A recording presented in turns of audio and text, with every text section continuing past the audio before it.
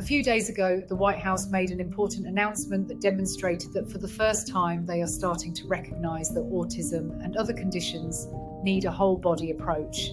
Not one gene or one trigger, but the interaction of biology and our environment.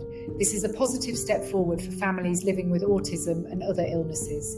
For those of us who have been working in the functional, integrative, and alternative spaces, this announcement may not have come as a surprise at all. In the 1980s, autism was thought to affect about 1 in 2,000 children, which does coincide with the swapping of aspirin for paracetamol because of concerns of Ray's syndrome.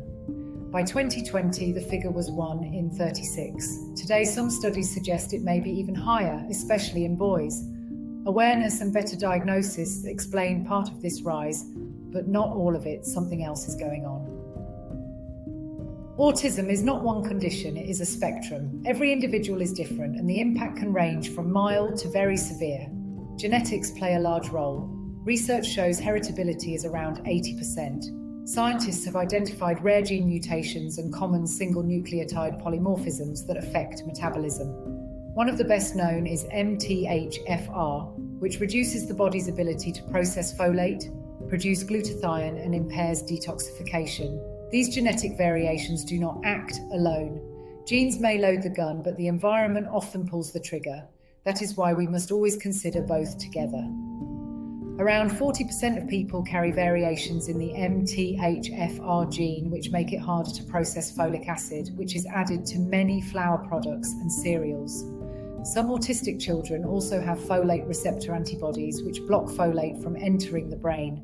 This leads to cerebral folate deficiency. The good news is that trials show folinic acid, also called Leucovorin, can bypass the block. In some children, it has improved speech, attention, and behavior.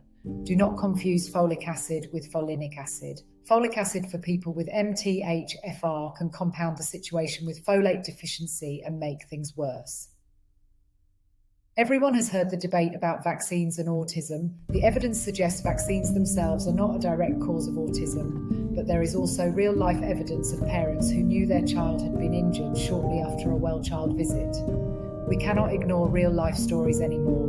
The schedule, the combinations of vaccines, the timing, and the ingredients may create a perfect storm for some children, especially when we factor in things like the blood-brain barrier, aluminium, and mercury.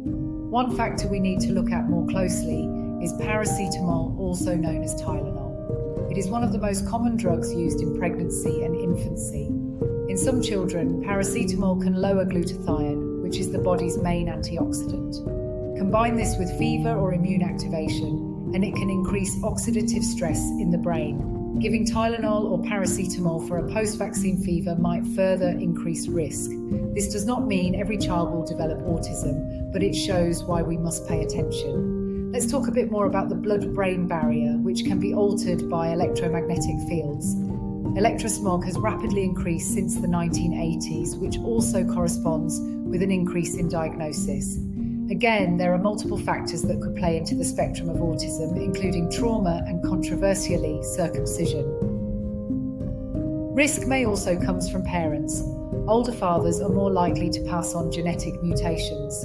Higher maternal weight increases inflammation during pregnancy, and children born by C-section may miss out on the natural transfer of protective bacteria from the mother. Children that are exclusively breastfed may have a lower risk profile. These factors may seem small, but together they shape vulnerability. The gut-brain axis is another major area of research. Children with autism often have gut symptoms. Studies show clear differences in their microbiome. Protective bacteria like bifidobacterium are often low, while others like Clostridia are higher. These microbes help regulate immunity and even make brain chemicals. Supporting gut health through diet probiotics or even microbiota transfer therapy has shown promise in improving symptoms. Finally, we must remember that biology is only part of the picture. Many autistic people experience trauma and mental health struggles. Acceptance and support are just as important as medical or nutritional care. Autism is not a puzzle to solve, it is a spectrum to understand.